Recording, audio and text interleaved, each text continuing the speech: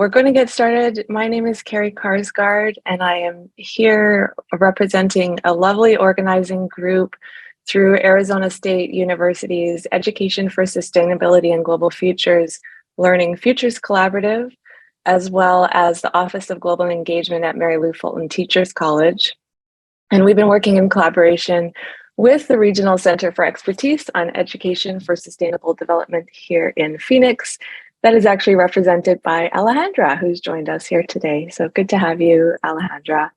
And we're really excited to be kicking off a speaker series that will run throughout the month of April, bringing together a number of authors and editors who've worked on really recently released books that address many sort of the political angles of the Anthropocene or climate change education, as well as in some cases the pedagogical elements as well. So we'll be running these every Tuesday, and we'll hope that you will join us throughout the month. I will share a link in the chat, or Dilraba will later in the session.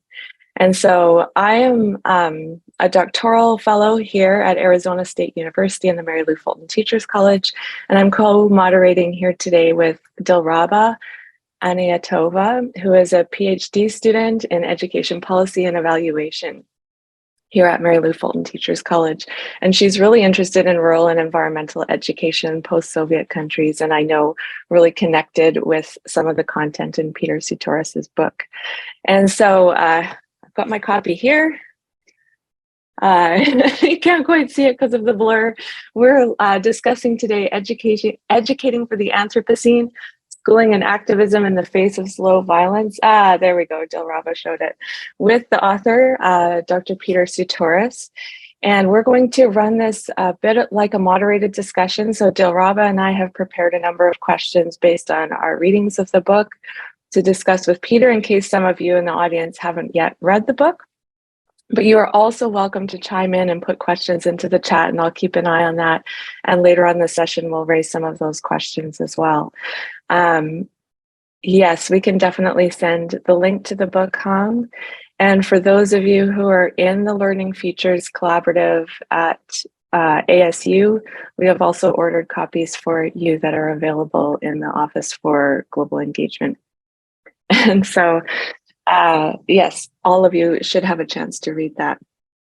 And so I just want, without further ado, I want to introduce Peter Sutoris, and we're going to give him the first, 15 minutes or so to tell us a little bit about his book, and then we'll go into a discussion. And so Dr. Peter Sutoris is an environmental anthropologist and assistant professor in education at the University of York in the UK.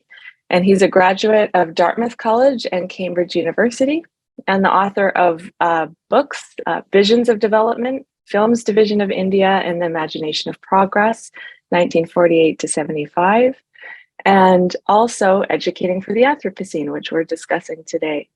And so, Peter, I'm going to hand it over to you, and we will get this discussion going.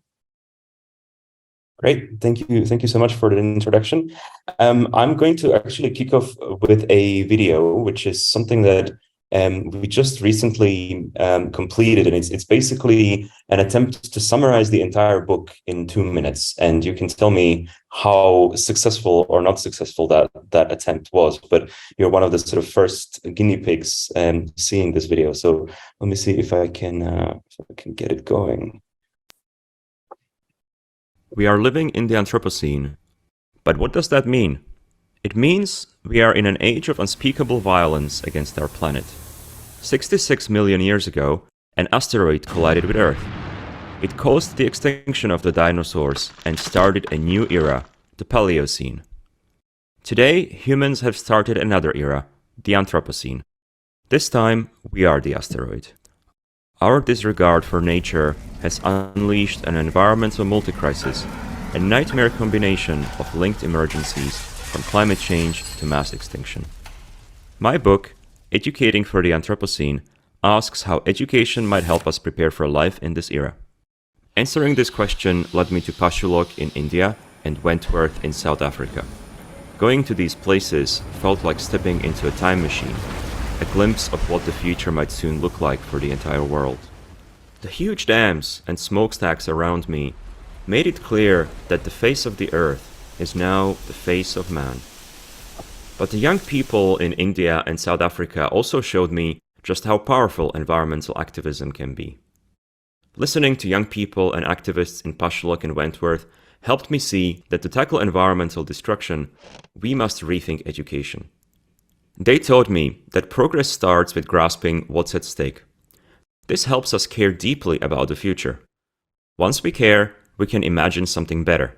Holding this vision, we can communicate it to others. And when we come together in action, a better future can become a reality. Education has the power to transform the Anthropocene. But instead of obsessing over growing the economy, it must help young people grasp and confront the crises in our culture and politics that are behind the destruction of our planet. We must recognize activists as educators and teachers as activists. This shift is critical. The time to imagine a better future is now.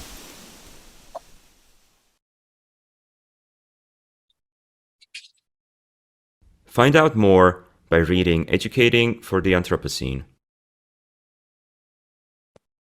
Right. So I guess I don't need to say anything more because we've already seen the gist of the book. I should also mention that the book is available as an open access monograph.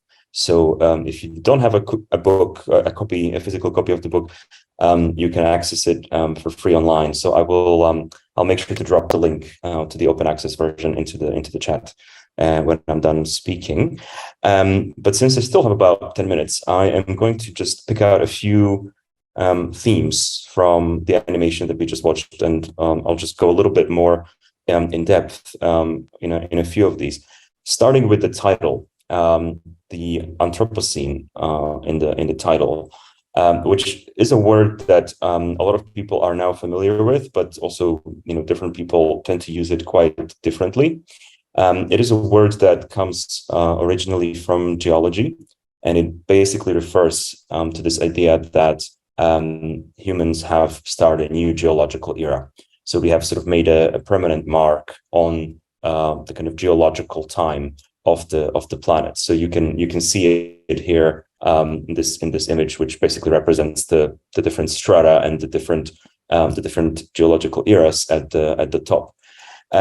But it's quite important to realize that when we borrow terms from natural sciences and we use them in the social sciences and in the humanities as basically metaphors, because that's essentially how I'm using this word in this book. That raises all kinds of issues, and there have been a lot of criticisms about the word Anthropocene, and this quote is basically my favorite summary of what the issue is. This explanation might be sufficient for polar bears or orangutans seeking to understand what species was disturbing their habitat. The idea that if we lump all people into one group and we basically say all human beings are responsible for environmental destruction, that is the kind of explanation that if you were a polar bear or an orangutan, you might be happy with. But if you're trying to sort of go a little bit deeper and sort of break down the responsibility that different groups of people have, then the word Anthropocene may no longer seem so appealing. That's why there have been lots and lots of other terms that have been put forward. The Capitalocene, which places responsibility with capitalism, the Anglocene, which focuses on the disproportionate contributions of the English-speaking world to environmental decay.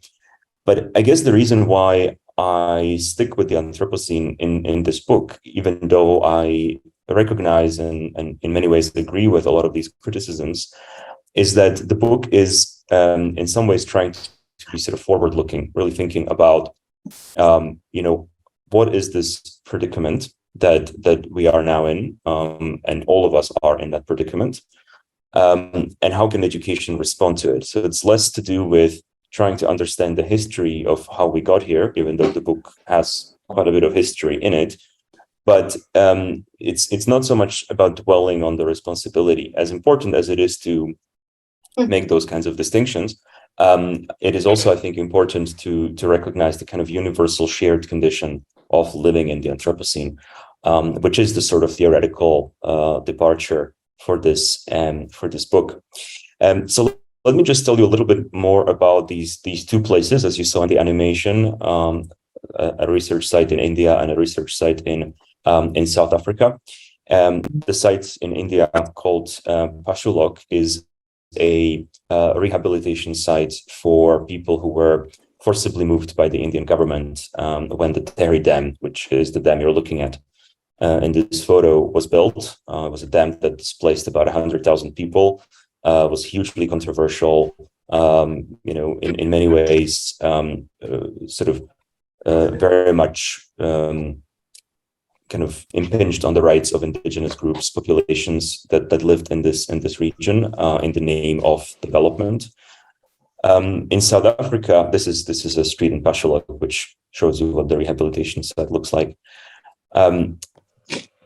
The site in South Africa is quite different. It's in a city called Durban, which is the third largest South African city after Cape Town and Johannesburg. And it's in part of the city called the South Durban Industrial Basin, which is where about 10% of South Africa's GDP originates. It's where several oil refineries have been built in the 20th century. Lots and lots of petrochemical industries, lots of manufacturing, hugely industrially polluted, one of the worst industrially polluted places on Earth. Which is directly adjacent to residential areas. And so there are lots and lots of public health implications of this. And so, very different places, different kinds of environmental threats, but both places where, as I argue in the book, people are living in a kind of accelerated time.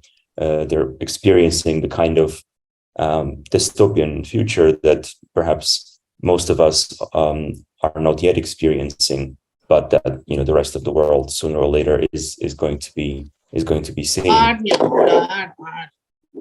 Now, one of the ways that I tried to study this idea of educating for the Anthropocene in these places was to basically try and talk to young people directly and to see how they're making sense of this predicament, of this space in which they're living, and how they're thinking about the future.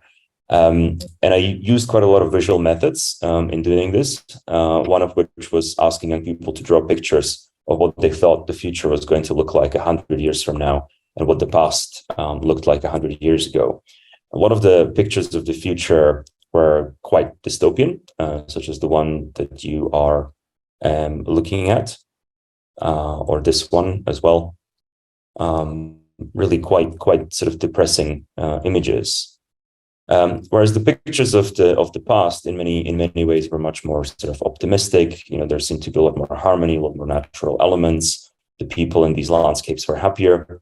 So you could say that if I sort of stopped the research at this point, I could say that what these young people are doing in many ways is what we in academia are doing, is basically romanticizing the past and despairing about the future.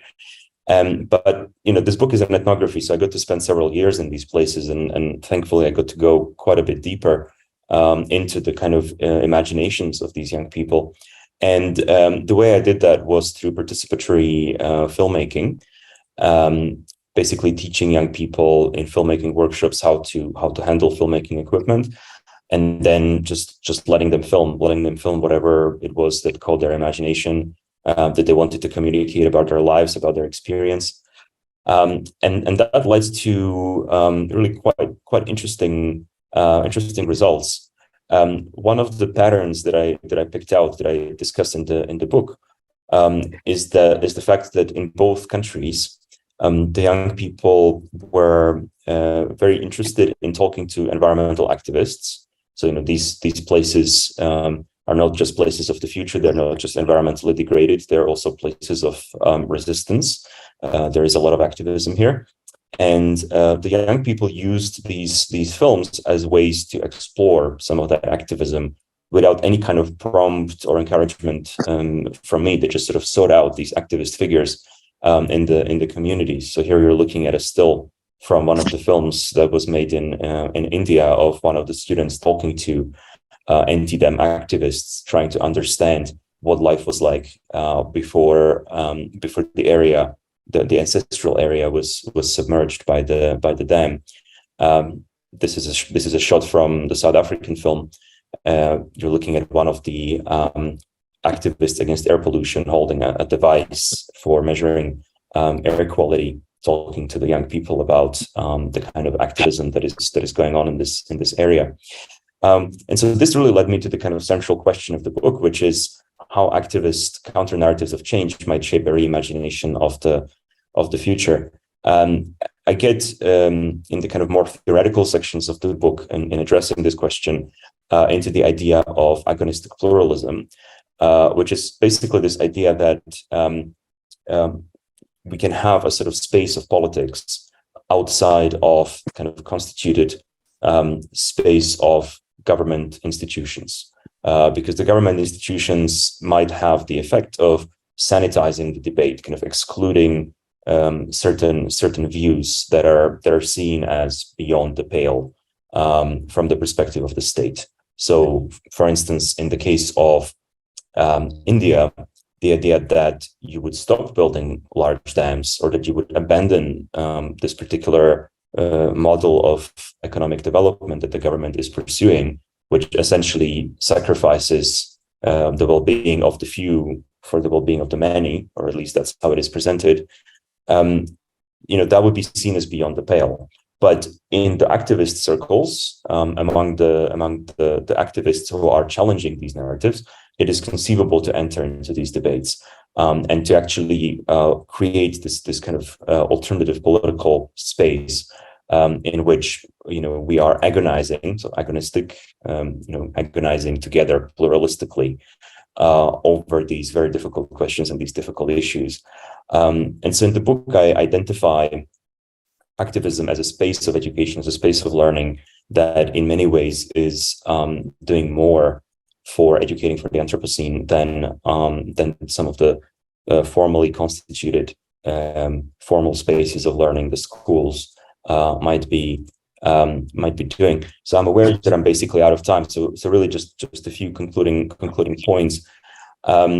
This idea of recognizing activism as a form of education has various implications, and in the book I look at several of those.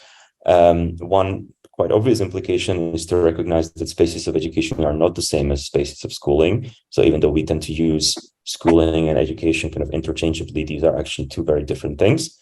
There's also a lot to be said for localization of curricula, so that we actually have the opportunity to engage with local environmental threats that are occurring in these spaces. I think it's quite telling that children in Pashulok learn nothing about large dams, and children in South Durban learn nothing about air pollution. That's because they are being taught these generic national curricula, which in many ways are actually globalized curricula. I think this idea of bridging activism and schooling, or sort of letting activism be a source of inspiration for how we do education in the classroom, also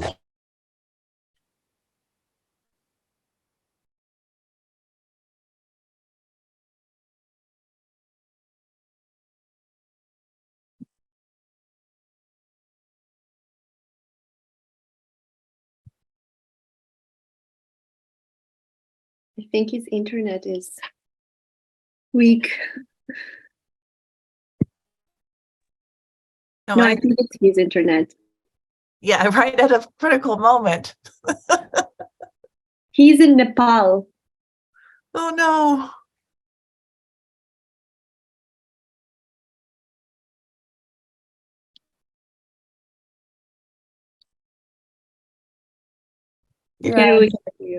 You're on mute, Carrie. Thank you. We'll give him a moment. It looks like, oh, he's back. I'm back. Sorry, I'm not sure what happened. Anyway, I was basically done. So I think we can leave it there, because I'm also aware that I'm out of time. So maybe we can shift to the questions. Thanks, Peter. That was such a great overview of the book, especially for those who may not have read it yet. You introduced a lot of the key themes, and many that I know Dilrab and I would love to discuss with you today. And so Peggy has asked if you don't mind putting the final slide up again just for a moment. And Sure. oh, wow. Awesome, thank you. And while you do that, one of my questions, perhaps that connects to this slide that we could just open up with, is that I know many of the people in this audience are really interested in the ways that education is complicit in the Anthropocene and complicit in the climate crisis, and how education systems need to be transformed if we're ever going to deal with the wicked problem of the Anthropocene.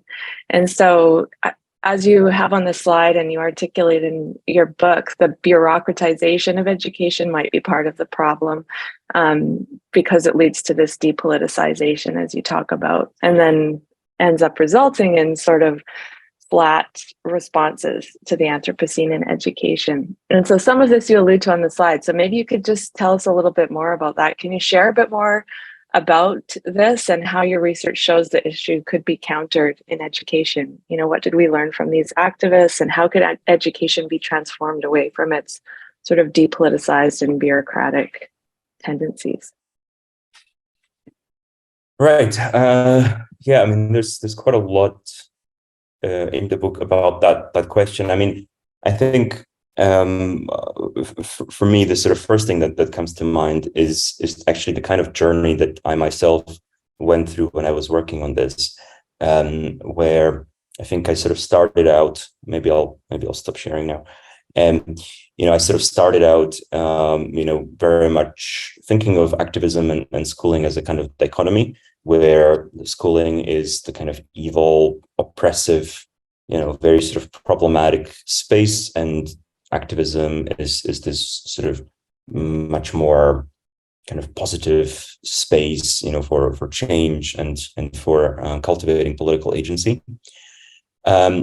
But you'll notice that actually there is a section in the book called Outlier Teachers, and and in one of the dilemmas, there are a few methodological dilemmas, throughout the book.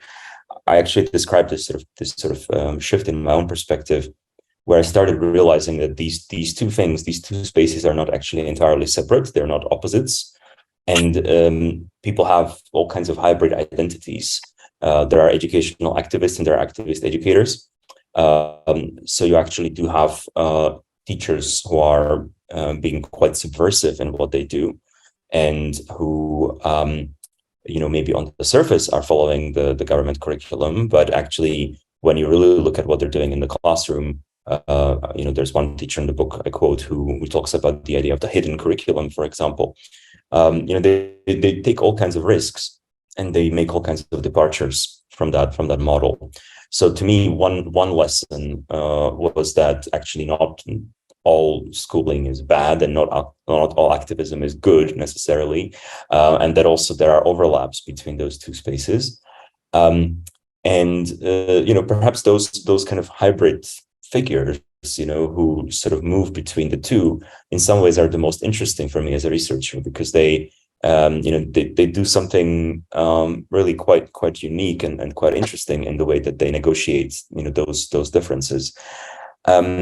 So I think that's one lesson, but maybe more kind of directly, answering the question of what can we learn from activism.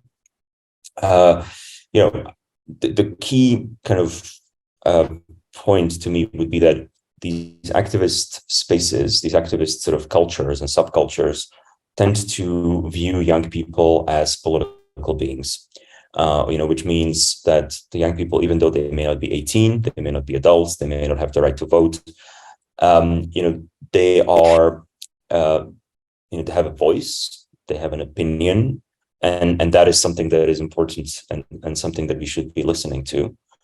And that voice also contributes to shaping some kind of collective future. Whereas I think the model in the sort of state schooling systems, at least in those two countries that I looked at, is not so much that young people or people in general should be shaping the future. It's more about a kind of blueprint for the future, which is designed by the elite and which is then kind of handed down through education to the so-called masses. So to me, that is the key difference between how these two spaces operate. If your point of departure is that you're not interested in what people have to say about shaping a collective future. You just want them to fulfill a kind of blueprint that you're giving them. Then your education is going to be set up very differently. You're going to be, teaching very different skills. Your curriculum, your pedagogy will be very, very different from a space that truly is about expressing getting people to express their voice and to feed into actually collectively designing that blueprint. So it's still, the answer is still at quite an abstract level, but I think, that distinction has all kinds of implications to how we would go about, reforming education and making it fit for the Anthropocene. Thank you for that. Oh, sorry, Dilraba. I was just going to respond quickly. I just wanted to thank you for that, Peter. I wish you'd been in a group yesterday. A few people here are planning a graduate program and thinking about how activists can co-design and students can co-design that program in some of the ways that you're talking about. We would have loved to have you in the room for that conversation. So thank you for that. And sorry, Dilraba, for cutting you off. Go ahead with your question. So the next question is shifting from activism to research. As a graduate student, I'm thinking about ethnography as a methodology. So and the relationship between researcher and subjects. So as graduate students and in our audience as well, we would be interested in ethnography. And can you tell us about ethnography, including some of the tensions that arise in this work? Maybe as you spend this extended period of time in these locations doing ethnographic research, what were both your own and various members of the community's perceptions about the ethnography? And did you keep in touch with any of these members after the research? Those are the questions connected to ethnography. Mm-hmm. Right. Yeah. So obviously, I'm biased. I think ethnography is great. It's sort of my choice of method.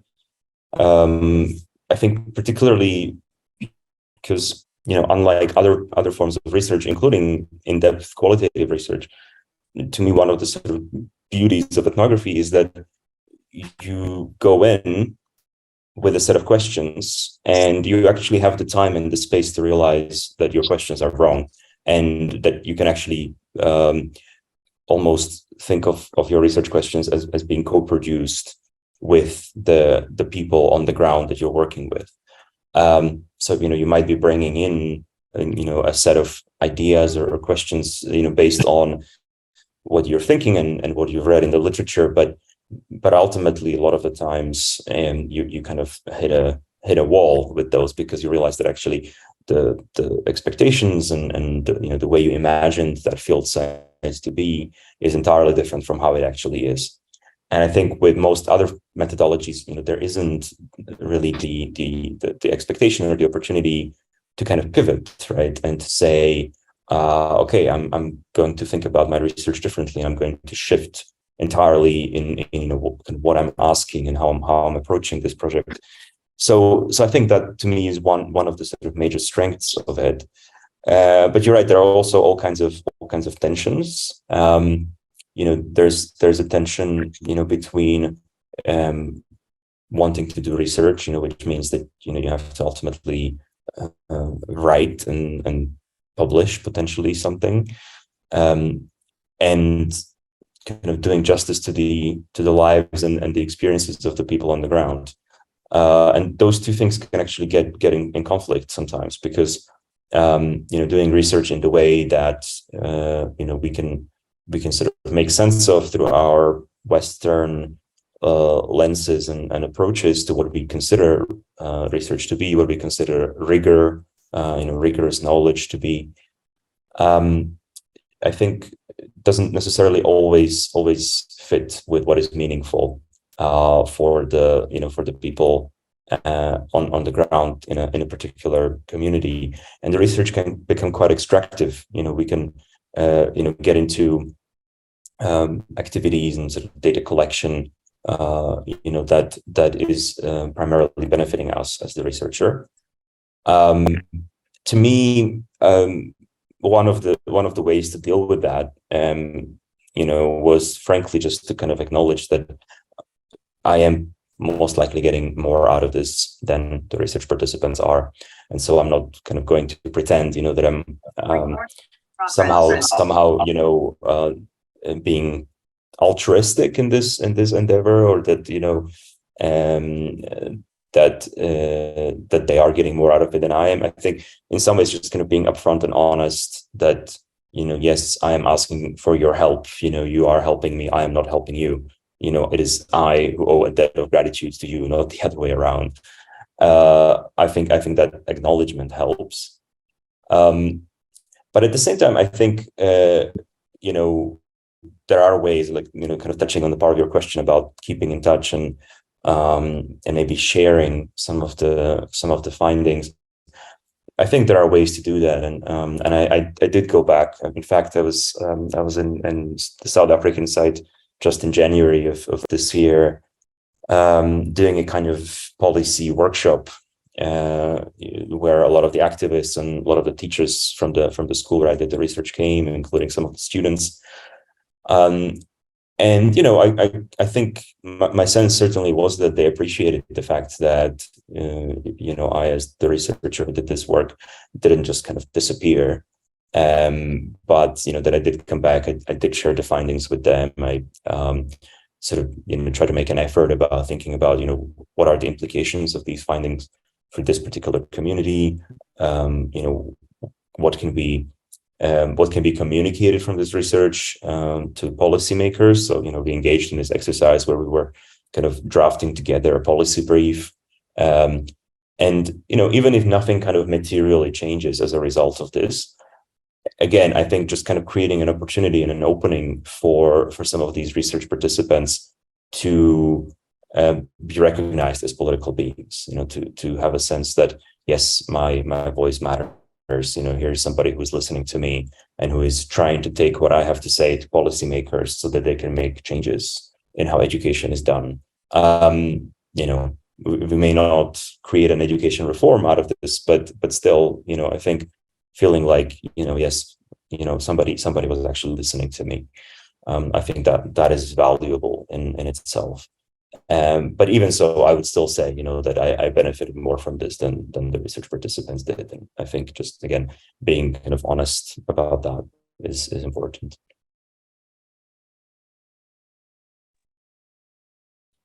Thank you for that, Peter. Thank you. Yeah, thank you. And I want to say, just looking at the time, if there's folks in the audience, if you have questions, feel free to put them in the chat and we'll have a chance to ask those as well of Peter. And while you're thinking, maybe I'll throw another question out there while we give the audience a chance to articulate their questions. This session is hosted by a group that's thinking about sustainability and global futures. And in reading your book, your text makes such a strong connection between sort of historicity or historical consciousness and futures thinking. You talk about histories of colonialism and other factors, and you deeply contextualize these sites in relation to history. And then you discuss, our debt to the dead and our debt to the unborn, the sort of backward looking and forward looking, and how activists are thinking about the future with the dead. And so I see, like this integration of time and history and futures thinking in your book. And so I find so often sustainability education is driven by these ideas of innovation or Western teleologies of development and progress. And so from your own research, how might historical consciousness help us temper or alter those ideas of development and progress in education towards a different kind of futures thinking, maybe grounded in historical thinking? And related to that, I'd be curious to know what you think the role of oral histories or elders or archives might have in tapping into counter memories and informing sustainability education. Mm-hmm. That's a great question. Yeah, I mean, so as you read in the introduction, I wrote a book, another book before I wrote this one, called Visions of Development, which was a entirely kind of historical project, and it was looking at the kind of post-colonial moment in India, the first of 25 years of independence from Britain in India, and the kind of model of development that the country was pursuing at the time. And it was doing it through an archive of these documentary films, short kind of 5-10 minute films that were made by this government organization that were screened all over the country before in cinemas before the main feature. So at any point in the 50s and 60s, if you were to go and see a movie in India, you would have to sit through kind of 10 minutes of government propaganda about development.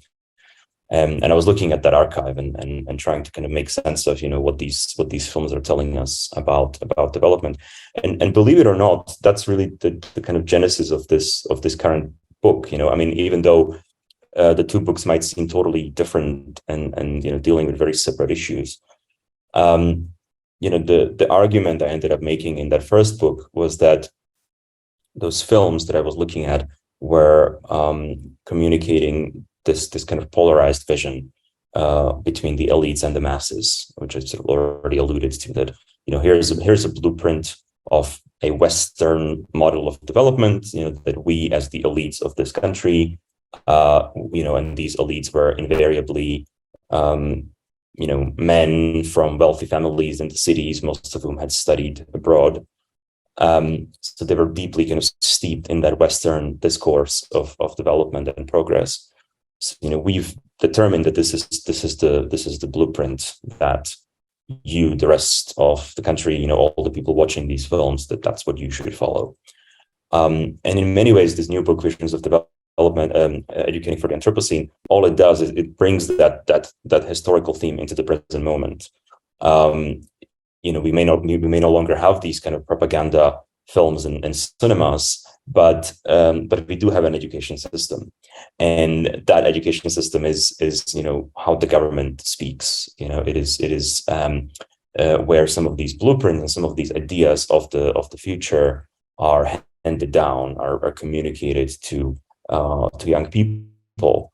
And so in many ways, I mean, in my mind, when you ask that question about kind of historicity and, what is the role of history in this, it just sort of seems like it's the same story kind of repeating itself, right? In many ways, we've been here before, and, a lot of the sort of social ills, a lot of the kind of social challenges and social issues over the decades, over the centuries, you could trace to this pattern of this type of social polarization, and I think really that way of looking at the problem also kind of takes us all the way back to kind of foundational ideas of democracy. What really is a democracy? What does it mean to agonize together in a pluralistic way? To go back to that idea of agonistic pluralism. And those are questions that are on one level philosophical, but on another level they're deeply historical, because we've got plenty of examples, we've got plenty of material, to work with and to learn from in how people have navigated these issues in the past. And so, to my mind, we cannot disconnect, conversations about the future from conversations about the past. In the book, I talk about the French phenomenologist Paul Ricoeur and his concept of the temporal arc. The idea that future can only be thought of as part of an arc, that encompasses the present and the past, right? That it's a vector, it's not a point. I think this project, again, very much just confirmed that. And I think trying to make sense of, these activist movements and, thinking about what is their educational potential would not be possible without that kind of historical contextualization.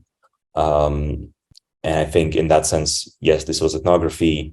But within ethnography, when we're doing interviews, is that really all that different from oral history? In history, are these two different methodologies? To my mind, not really. They very much can blend into one another. Is archival research separate from this? Not really. I mean, when you are in the field doing ethnography and you're talking to somebody and they pull out a photo album or they pull out a document from their private collection, I mean, that's also an archive. It may not be an official government repository, but they are sharing something archival with you that they've kept, that they have curated, that they consider to be important.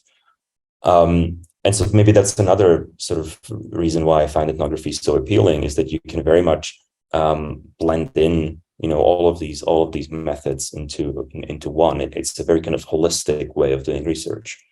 I can't imagine really doing it any other way.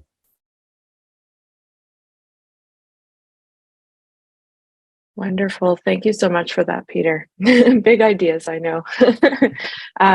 We have a question that's just come in from Gwen. Gwen, did you want to share it out loud, or should I read your question?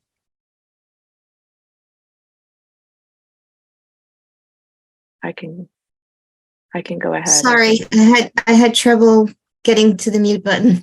And I'm sorry I cannot come on camera, but I would love to. This has been really good to be part of this, both sobering and inspiring.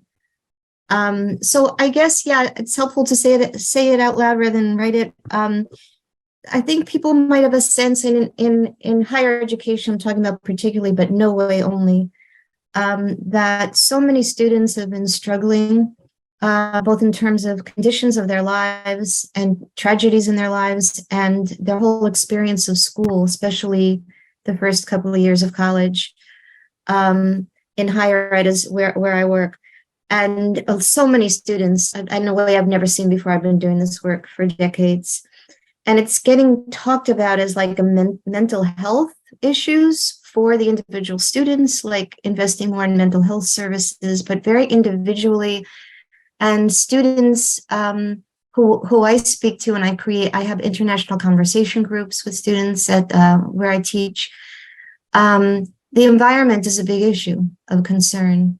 And I think we don't know how to grapple with it in terms of just creating supportive environment, like what kinds of conversations we can create so that we're doing something together in the development of the conversation inside schools, maybe outside schools.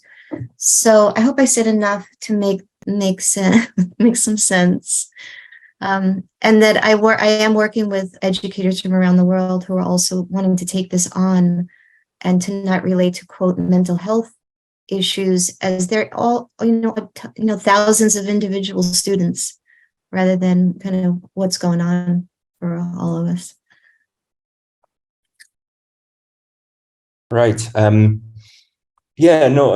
Those two things are, I think, very much connected, right? Sort of mental health and sort of environment and sustainability.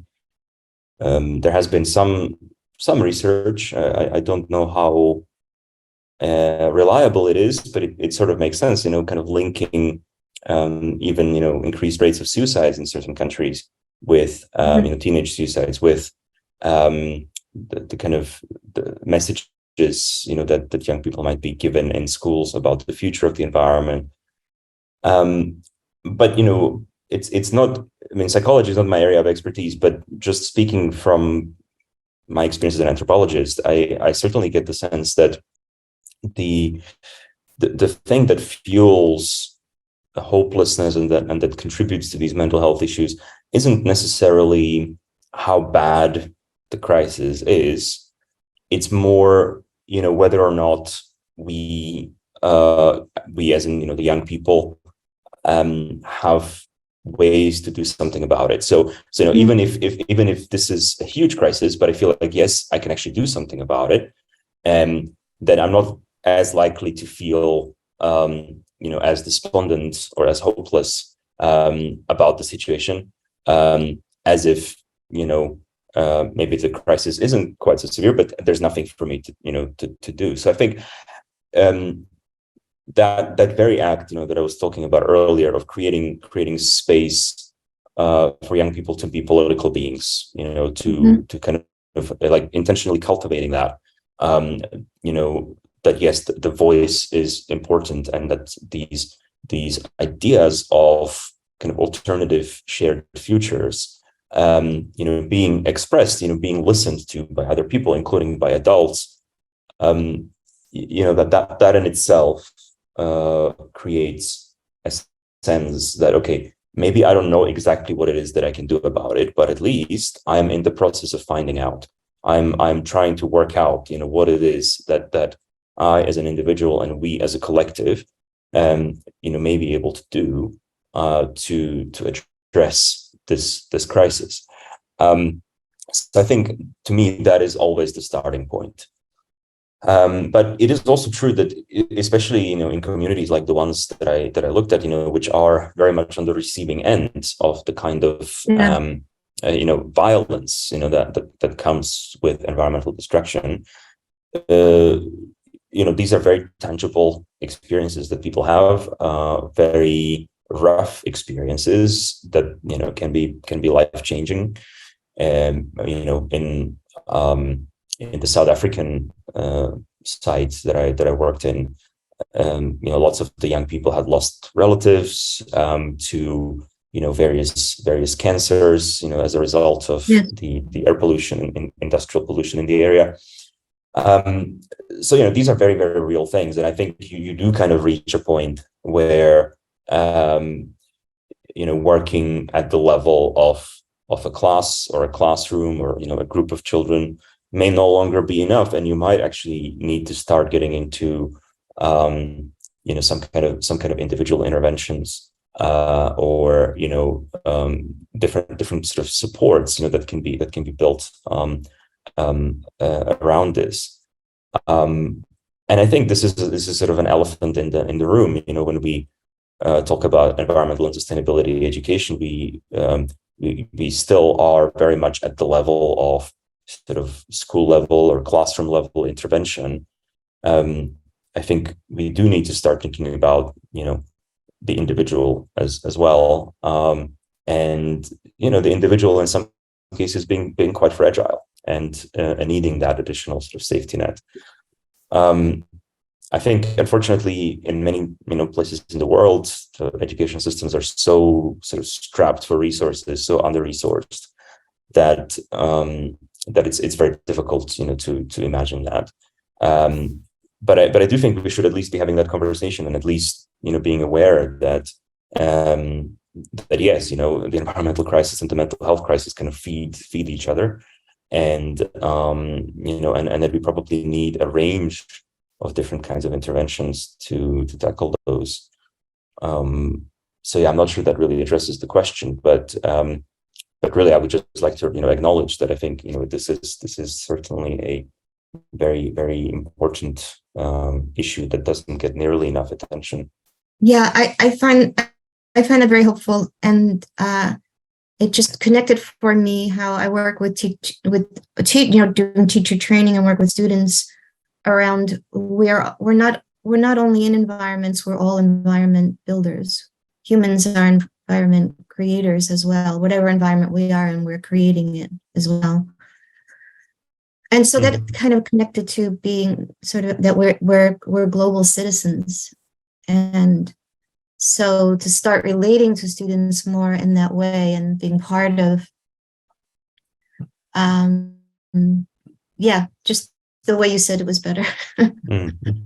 Because it's not like they're turning to their government in this country to make the changes. They're not seeing, no matter what party, that's not where those solutions or developments can come from.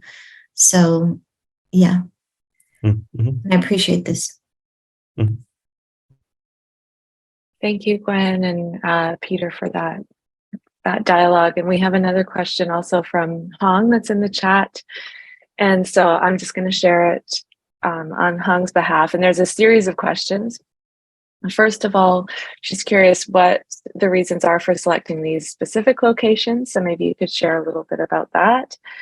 And then the next two questions are more about activism. And so she says that activism and schooling in some contexts are very contradictory for cultural and political reasons. And so did teachers or educators in your research sites face any risk when doing environmental activism? And moving forward, do you have any advice or implications from your book for activist educators in contexts where they may face risks? Okay, right. So the first question was about the choice of the sites. Yeah, I mean, it's a very, very long story, which I won't bore you with, why I landed in those specific sites. But I guess one thing to mention is, and again, you know, going back to that idea of ethnography as a kind of ever changing, ever shifting endeavor. I actually started in very different sites, you know, when I was initially working on this, and I did a number of pilot studies in you know, different places in different areas. And there are lots of factors that go into, you know, why you choose a site. You know, some of it has to do with, you know, whether you're welcome in the site, right? I mean, are people actually interested in you being there? Are they willing to kind of share their experiences, their lives with you? So you need to find a site that's receptive to what you're trying to do. You know, some of it has to do with the researcher being equipped or not equipped, you know, to deal with what a certain site might pose. So that has to do, for example, with language, and you know, which languages do you speak? I mean, ideally, you know, you want to be in places where you know, you are able to communicate with people directly. If at all you can, without the help of translators. So, you know, there's that kind of linguistic issue that comes into it. So anyway, there are lots and lots of different sort of logistical factors. But yeah, the progression was, you know, starting with a few pilots and then kind of identifying, you know, the places that were the most promising. The question about the risks. Yeah, I mean, it is risky to be transgressing. You know, so I'm sort of reminded of, you know, bell Hooks's notion of transgressive pedagogy. That, you know, that kind of pedagogy does come with risks. You know, it's again, you know, very, very sort of interesting, you know, to be asking that question in the context of ethnography, because you know, it's really only after you've immersed yourself in a place and you've built trust with people, and people kind of start opening up a bit more, that they tell you about some of the risks and some of the dilemmas that they sort of face in their job. And you know, I think I was able to sort of get enough of a sense of that to really appreciate, you know, that there were some people who were taking great risks, and there were other people who were kind of playing it safe. And so there was a whole range of how people are sort of navigating this. I think you know, generally speaking, you know, like you might expect, you know, again, there were lots of things playing into it. You know, the people who were taking risks, some of it had to do with personality, some of it had to do with the fact that if they were to lose that job, you know, they might have had savings, they might have had other things that they might be able to do, so they wouldn't be kind of facing this kind of existential threat as a result of you know, being kicked out of that job. So you know, there are lots of kind of contextual factors, and I guess, you know, every person, and that also links to the last question. I mean, every person kind of has to figure out that kind of calculus for themselves, you know, of what is you know, acceptable risk to take. And it's also very different in different systems. So, you know, the way something like this might be policed in India versus in South Africa would be quite different. I'm sure, again, you know, in the US, you would find a whole range of you know, sort of enforcement mechanisms, and you know, in some ways, the researcher who's kind of looking at this from the outside may not be fully aware, you know, how these operate. So it is a very contextual question. It's quite difficult to kind of, boil it down to a particular lesson or a particular kind of bit of advice. In general, I do think that moral courage is important in the face of the Anthropocene. And if you want young people to have moral courage, it makes sense that we would try to model that as educators. But at the same time, what that moral courage would look like in these different contexts and given the different circumstances of each individual educator is going to greatly vary. And so I personally try to sort of suspend judgment, and not kind of, say to people, you should be doing A or you should be doing B, because in some ways, they're really the experts at their own predicaments, and and they have a much better sense of what is acceptable to them in terms of the level of risk that they would take. So I'm afraid I sort of dodged that question, but unfortunately, it's a hard one to kind of answer generically. It is a hard one, and it's one indeed we are facing in the U.S. Session I was in at the Comparative and International Education Society concluded with a lengthy discussion about to what extent academics can be activists, climate activists in the US in this current moment. And so dialoguing across contexts and maybe thinking about moral courage and also solidarity, and movement building and how we can support individuals to become activists, as a collective to provide that protection around that individuals is also an important question. So thank you. Thank you for that, Peter. And thank you so much for all of your comments throughout the session. It was really interesting, gave us so much to think about. And I'm sure the group here, if they haven't already read your book, are going to be gobbling it up over the next few weeks. So many, many thanks for your comments. And for those of you who attended and listened in and participated and shared your questions, I know there's people here from various contexts around the globe. And so dialoguing your ideas with our own is probably something we're all doing internally right now as well. So thank you for that. And I want to also, before I know, aware of the time, just as we're ending, I do want to share in the chat that next week's book is James D'Amico and Mark Baildon's book, How to Confront Climate Denial, Literacy, Social Studies, and Climate Change. And that's the Eventbrite link there if you'd like to sign up and join us. We'll be building on this discussion because Peter really called for a more political climate education. And now we will be exploring one method of doing so. So thank you for opening up our series, Peter, and thanks for all attending.